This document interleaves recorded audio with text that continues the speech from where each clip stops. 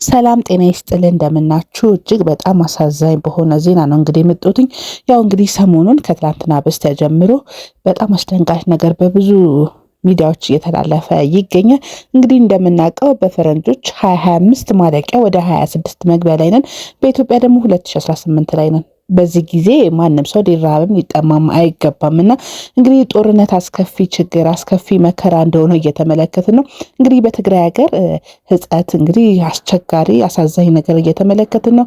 እናቶች፣ ሕጻናት፣ ታማሚ፣ አዛውንት ሁሉም እንግዲህ በረሃብ በጣም ከባድ ደረጃ ናቸው ያሉት። ሲሰጣቸው ራሱ ምግብ ራሳቸውን እየሳቱ እየታመሙ ይገኛልና በጣም በጣም የሚያሳዝን ጊዜ ላይ ያለ ነው። እግዚአብሔር አምላክ ለሀገራችን ይውረድላት፣ ሰላምን ያምጣልን፣ ምሕረትን ይስጠን። እንደ የሰላም ማጣት ነው የዚህ ሁሉ ችግርና በጣም አስከፊ ነገር የተመለከት ነው።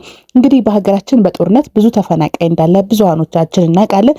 መፈናቀል ግንና ረሃብ በጣም ይለያያል። ያው ሲፈናቀሉ ረሃብ አለ። የነዚህ ረሃብ ግን በጣም ያሳዝናል። እጅግ በጣም በጣም አቅማቸው አልቋል፣ አጥንታቸው አልቋል። ማውራት አይችሉም፣ ሰው መለየት አይችሉም።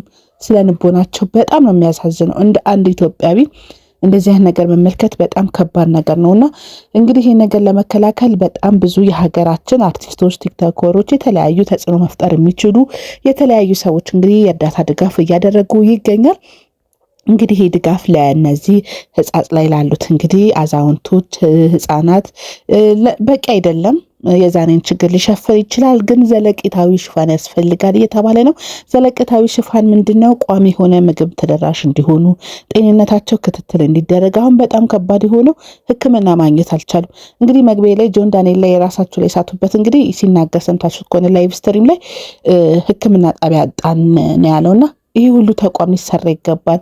የሚመለከት ነገር በጣም ያስፈልጋልና እጅግ በጣም የደነገጥኩትኝ እጅግ በጣም አንድ ልጅ ስለ ጦርነት አስከፊነት እያወራች ነበርና ተርፋ አዲስ አበባ መታለች መሰለኝና ስትናገር ስሜቱ፣ ሰቀቀኑ፣ ፍርሃቱ፣ ከባድነቱ በጣም አስፈሪ ነው። አይታችሁ ከሆነ እዚህ ቪዲዮ ላይ አንድ ሕፃን ልጅ ሙሉ በአንድ ጎኑ ፊቱ ተጎድቶ እንመለከታለንና አባቶች ምን አጠፉ? ህፃናት ምን አጠፉ?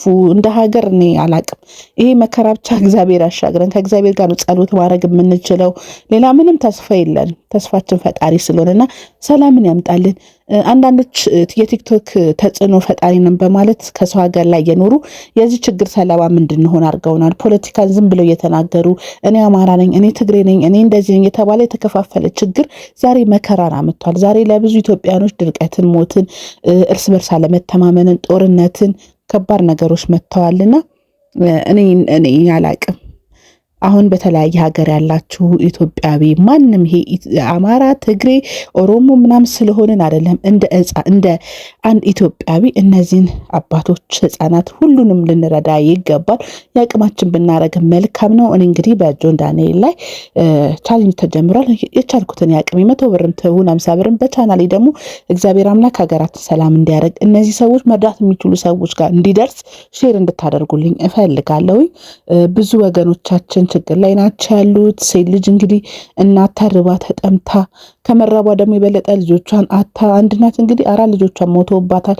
ረሃብ አለ፣ መናገር መጋገር አትችልም። በጣም የሚያስተዛዝን ቪዲዮ ነው እየተመለከትን ያለነውና አንዳንዶች እንግዲህ የሕክምና መሳሪያ፣ መድኃኒቶች፣ ግሉኮስ አቅም ሊሆናቸው የሚችሉ ነገሮች ለእነዚህ እንግዲህ ኢትዮጵያን እንዲደርስ እየተደረገ ይገኛል። እጅግ በጣም ጥሩ ንቅናቄ ነው የተደረገው። በጣም ቲክቶክ ላይ ተጽዕኖ መፍጠር የሚችሉ ሰዎች ስራ እየሰሩ ይገኛል።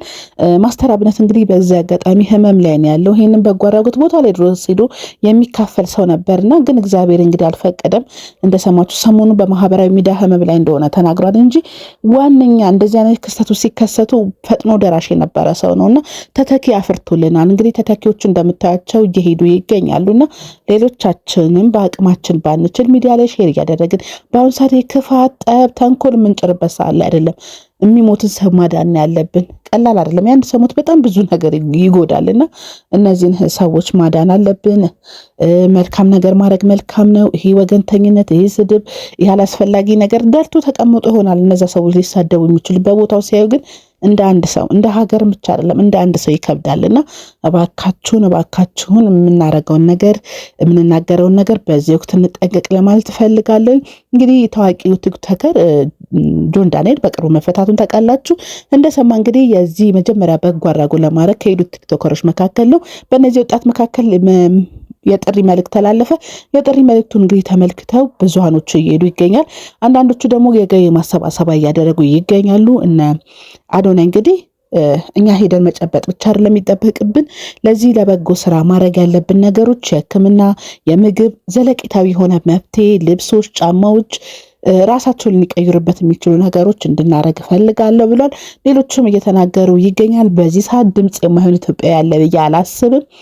አይታችኋል። ርቧችሁ ታሟችሁ የጤናን ችግር የአቅምን ችግር ብዙ ሰው ይመለከቷል። አሁን በዚህ በአስከፊ ጊዜ ካንሰር፣ የተለያዩ በሽታ ኢትዮጵያንም ሀገርም ዓለምንም እያጠቃ ባለበት ሳለ እንግዲህ ታማሚ ሰው የለም ብዬ አላስብም። እነ ኩላሊት ታውቃላችሁ ህመም በጣም ከባድ እንደሆነና እነዚህን ሰዎች ማዳን አለብን፣ መረባረብ አለብን። ከዛ ደግሞ ጸሎት ማድረግ አለብን እንደ ሀገር። ይሄ የእርስ በርስ ክፍተትን መፍጠር አይደለም፣ ራስን ማስተካከል አለብን ብዬ አስባለሁኝ። ብዙ ዘግናኝ ነገሮች ነው የምናየው የምንመለከተው በሀገራችን እየተከናወነ ያለውና እግዚአብሔር አምላክ ለኢትዮጵያ ይውረድላት ከማለት ውጭ ምንም አልልም። ሌሎቻችሁ በጸሎት መልካም ነገር በማድረግ ክፋትን በመተው በመተባበር የጋራ ሆነ መቆም አለብን ብዬ አስባለሁኝና ማሰብም ብቻ አይደለም መልካም ነገሮች ማድረግ ደግሞ ግዴታችን ነውና እንግዲህ አንዳንዶቹ ቲክቶክ ላይ ገብታችሁ እንደተመለከታችሁት አላስፈላጊ ወሬዎች፣ አላስፈላጊ መልእክት እየተናገሩ ይገኛሉ። አንዳንዶቹ ስነ ልቦና የሌላቸው ሰዋዊነት የጎደላቸው ሰዎች ናቸውና እነሱን ደግሞ እግዚአብሔር አምላክ ምሕረትን ይስጣቸው ከማለት ውጭ ምንም ማለት አልችልም። እንደዚህ አይነት አባቶች እየተመለከትን መብላት አቅቷቸው እየወደቁ መጠጣት አቅቷቸው ራሳቸውን እየሳቱ አጥንታቸው ስጋቸው አልቆ አጥንታቸው እየተናገረ አጽም እየመሰሉ እየተመለከትን አላስፈላጊ ነገር መናገር እንደ ሀገር በጣም ከባድ ነው። ርብርብ መደረግ አለበት። ከዚህ በላይ በጎ ነገሮች መሰራት አለበት ማድረግ አለብን። አንዳንዶቻችሁ አከሪ ፈጥኖ ለምን አልደረሰም? አከሪ መድረስ ብቻ አለ የሚሄድ በጎ ነገሮች አሉ። ቅድም እንዳልኩት መድኃኒት ያስፈልጋል፣ ልብስ ያስፈልጋል፣ ዘላቂ የሆነ ምግብ፣ ዘላቂ የሆነ መፍትሄ ያስፈልጋልና ለሄደ ብቻ አለም ቀድሞ ሄደ እውነት ነው መረጃ ይሰጣል፣ የሚደረጉ መፍትሄዎችን ያደርጋል። ቀሪው ደግሞ ይሄዳል። ይሄ የመበላለጥ የመፎካከር ጊዜ ላይ አይደለም አሁን ያለ ነው። እነዚህን ሰዎች የማዳን ግዴታ ነው ያለብንና አንዳንዴ ልንናገር የምንችለውን ነገር ማወቅ አለባችሁ ብዬ አስባለሁ። በዚህ መልካም ነገር ያልተሳተፈ ሰው እኔ አላቅም ኢትዮጵያ አይደለም ብዬ አስባለሁ። በሌሎችም ሀገራት እንግዲህ ስደት እንዳለ ታውቃላችሁ። ከወሎ ተፈናቅለው የመጡ ደብረ ብርሃን ላይ ያሉ እነሱንም እንግዲህ ቀጣይ ላይ ርብርብ ተደርጎ ደግሞ መፍትሄ እንደሚሰጥ እርግጠኛ ነኝ። ቅድሚያ መሰጠት ያለበት ደግሞ ጎርሶ ለማያውቁ ሰዎች ስለሆኑ ነው ቅድሚያ የተሰጠው ብዬ አስባለሁ። ብሔርተኝነትን አቁመን የጋራ ሆነን አንድ ሆነን እንደ ሀገር ልንቆም ይገባል። ላለው አብራችሁ የነበርኩት ፍሬ ቲዩብ ነኝ። አመሰግናለሁ። እንግዲህ ኢትዮጵያን እግዚአብሔር አምላክ ሰላም፣ ፍቅር፣ አንድነት፣ ጤናን ያምጣልን ላለሁኝ አመሰግናለሁ።